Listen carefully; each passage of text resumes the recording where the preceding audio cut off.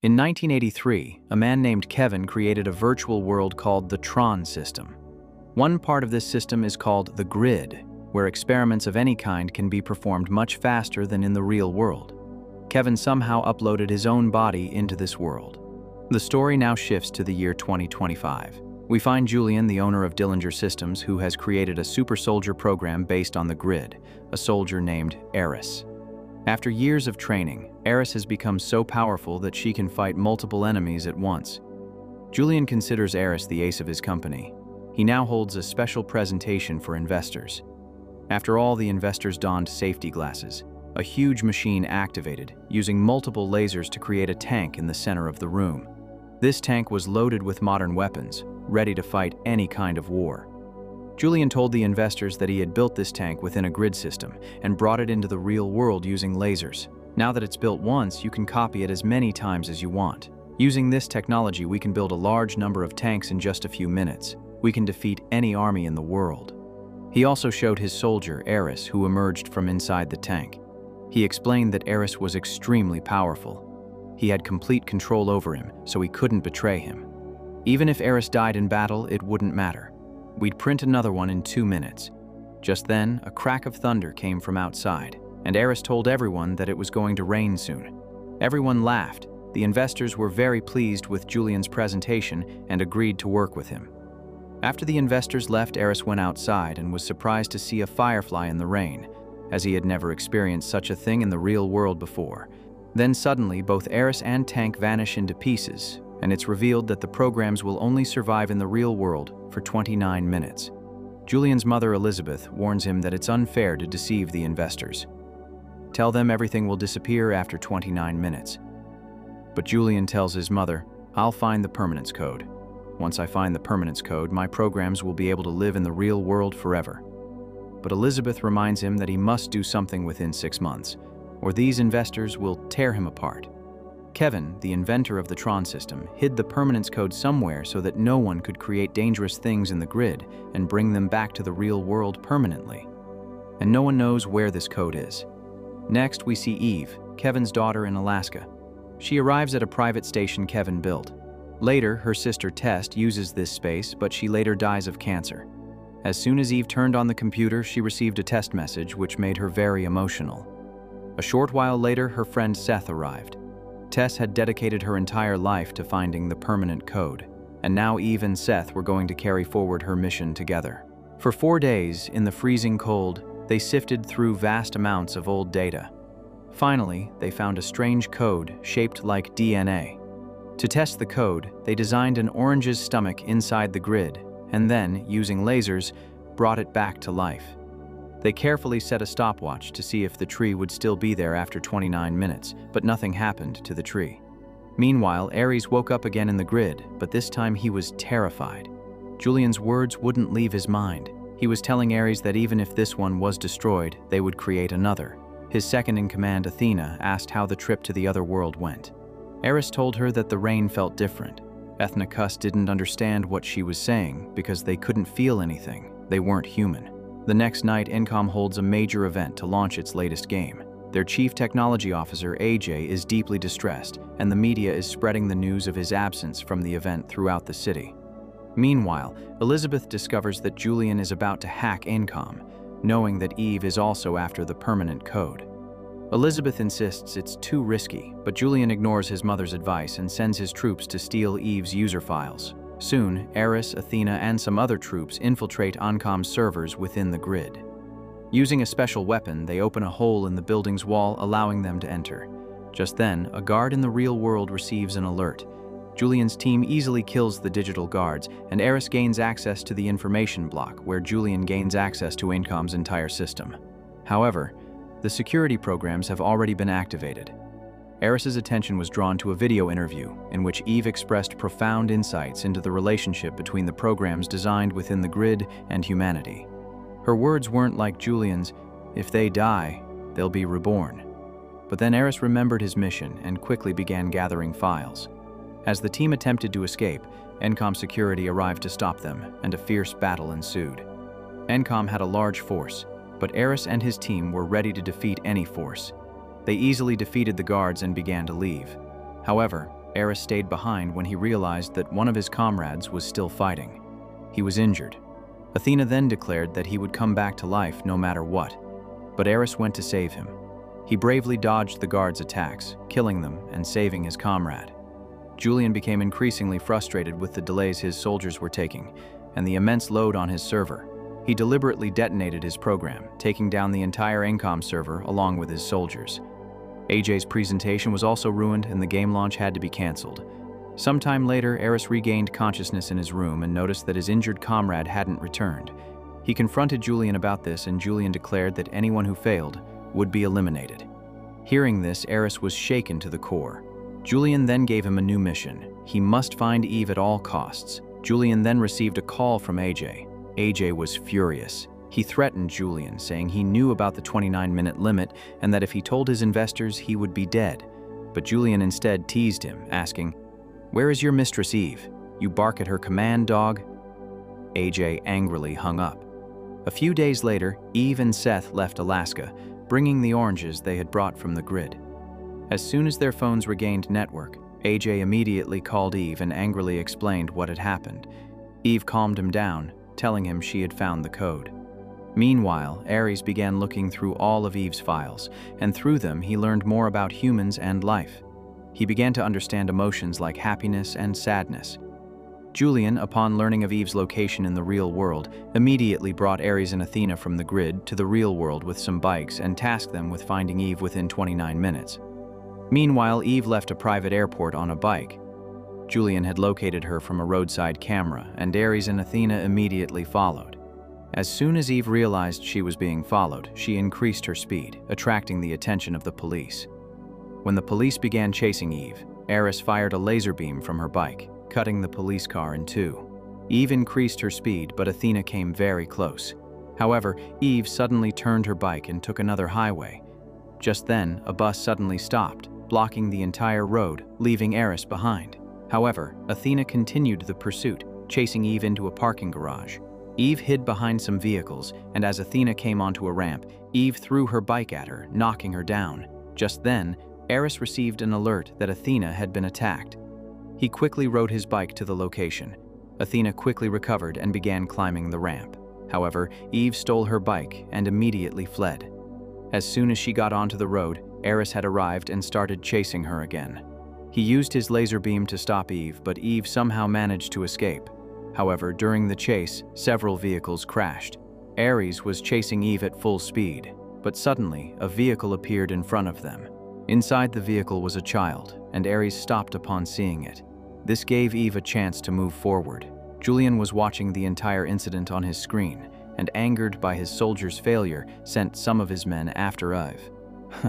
After trying numerous buttons, Eve activated the laser beam on her bike, but Ares easily dodged it.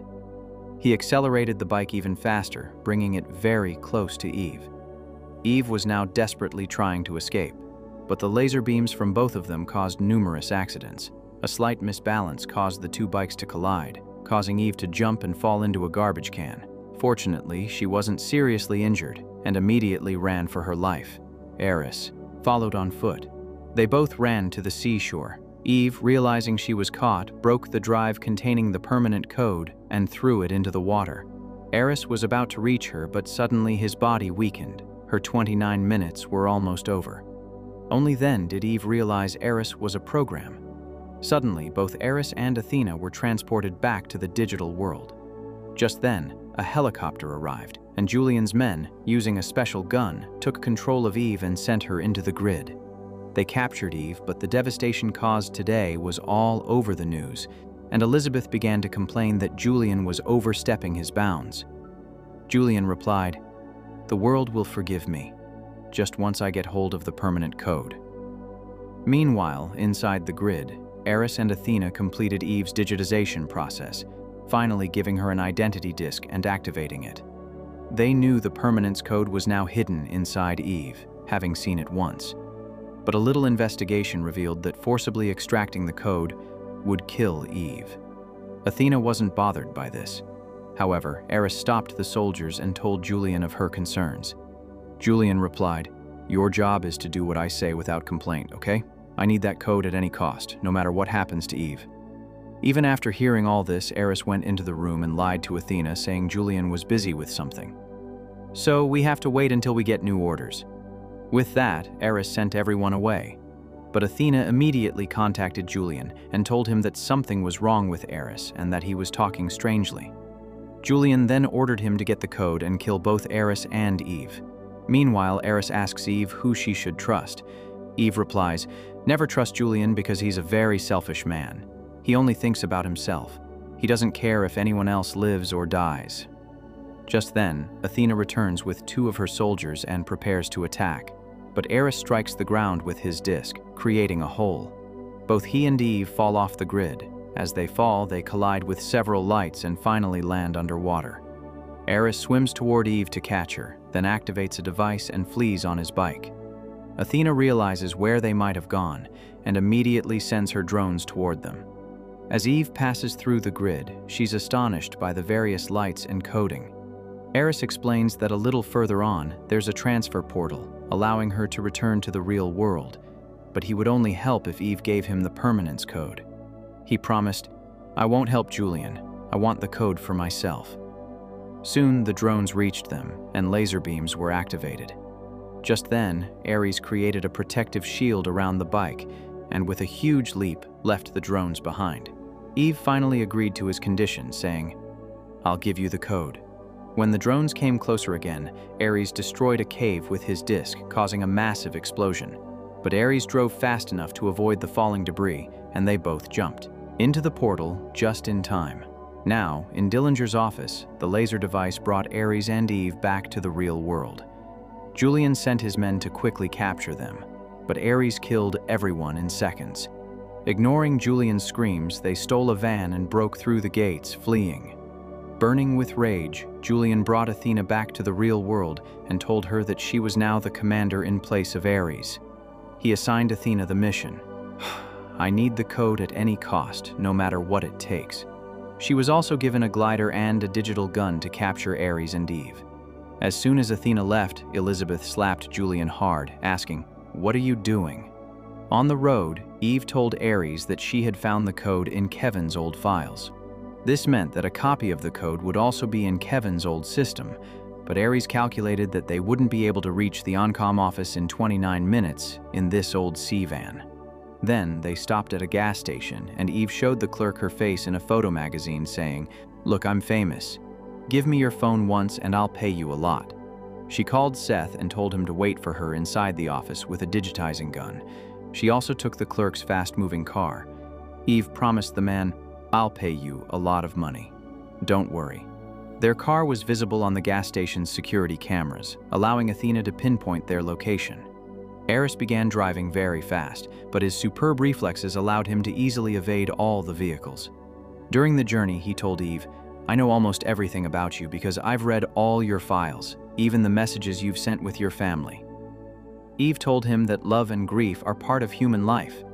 Ares also understood that Eve wanted to continue her sister's work so she could stay connected to her. Arriving outside the Oncom office, Ares hurriedly crashed the car while trying to park. They both met Seth and quickly ran to the museum floor where Kevin's old system was on exhibit. As soon as Eve received the code, Seth began assembling the digitizing gun. But before he could give it to Ares, Athena arrived. She didn't attack immediately, and Ares realized she was just waiting for his 29 minutes to expire. Ares said, "The plan would have to change a bit. Without me, you two won't be able to fight her." He jumped out the window to fight Athena. But Eve, unwilling to let Ares die, activated the gun and sent Ares into Kevin's grid. Athena broke the window and entered. She saw that Ares had been sent into the grid, so she cut the gun in half to prevent him from returning. Seth tried to attack her, but Athena punched him and threw him away. Seth was knocked unconscious by the arcade machine. Eve tried to escape, while Athena pursued her, destroying each machine. Finally, Athena cornered Eve, but water began to pour from the ceiling. The feeling of water on her body completely confused her. Due to this confusion, her time ran out and she was thrown back into the grid. But Julian was shocked to learn that Athena had automatically sent herself back to the real world using lasers. He yelled at her, "Stop! I called you!" Just then, Elizabeth came to him, telling him that the board had fired him. "You're fired from the company. I now have control of the entire company." His first decision was to shut down the project, but Athena wasted no time in killing Elizabeth with her disc. Julian was shattered by this. But Athena reminded him, "You said you needed the code at any cost, so I'm just completing my mission." Athena then summoned 2 of her soldiers and a powerful vehicle to the real world. With them, she continued her mission. After she left, Julian ran to the computer and tried to override the system, but Athena had taken control of the entire system. Meanwhile, at the Oncom office, Ajay was shocked by the devastation. Eve told him the truth and told him to repair the gun quickly. This was their last chance. Just then, they saw Athena approaching in the distance, and Eve realized that as long as Dillinger Systems servers were running, Athena would keep coming back. She told AJ to use Athena's dropped gun to hack Dillinger Systems servers and shut down their grid. People on the street began to panic at the sight of Athena. A police helicopter arrived to stop her, but Athena used deadly lasers to blast it out of the air. The military quickly dispatched fighter jets, but they too were shot down within seconds. As Eve ran down the street, Athena launched a barrage of tracking missiles at her. Poor Eve dodged some of the missiles, but then several drones circled around her, creating a ring of light that she couldn't escape. Just then, a fighter jet collided with Athena's vehicle's engine, causing her to lose control and plummet into several buildings. Meanwhile, in Kevin's grid, Eris encountered a shadow of Kevin, a copy of Kevin, the man who created this entire system. Eris said, "If you're Kevin, you must have the permanence code. Look, I don't want that code just for myself. I want to live so I can save Eve. She's your granddaughter." Kevin was impressed by Eris's words, so he gave her the permanence code and placed it in Eris's disc. Eris then used his disc to step into a beam of light that took him to Kevin's old basement. In the city, Athena had now boarded her tank and quickly grabbed Eve. She had only a few minutes left to return. That's why Athena destroyed all the vehicles in her path. Suddenly, Ares appeared in the middle of the road, his suit glowing with new colors, signaling his complete freedom. Ares threw his disc at the tank, causing it to lose control and crash into pieces. Ares ran to Eve to check that she was all right. Meanwhile, Athena returned with the soldiers program and all 3 attacked Ares. The fight was extremely difficult as they were all as powerful as Ares. However, Ares knocked out both soldiers, though he lost his disc in the process. Now, weakened by the battle, Athena began to overpower him. Just as she was about to strike Ares, Eve threw her disc at him. As soon as Ares used the disc, Athena's weapon broke in half to block the attack. If you enjoy what we do here, please like the video and subscribe to this channel to keep us motivated. See you on the next video.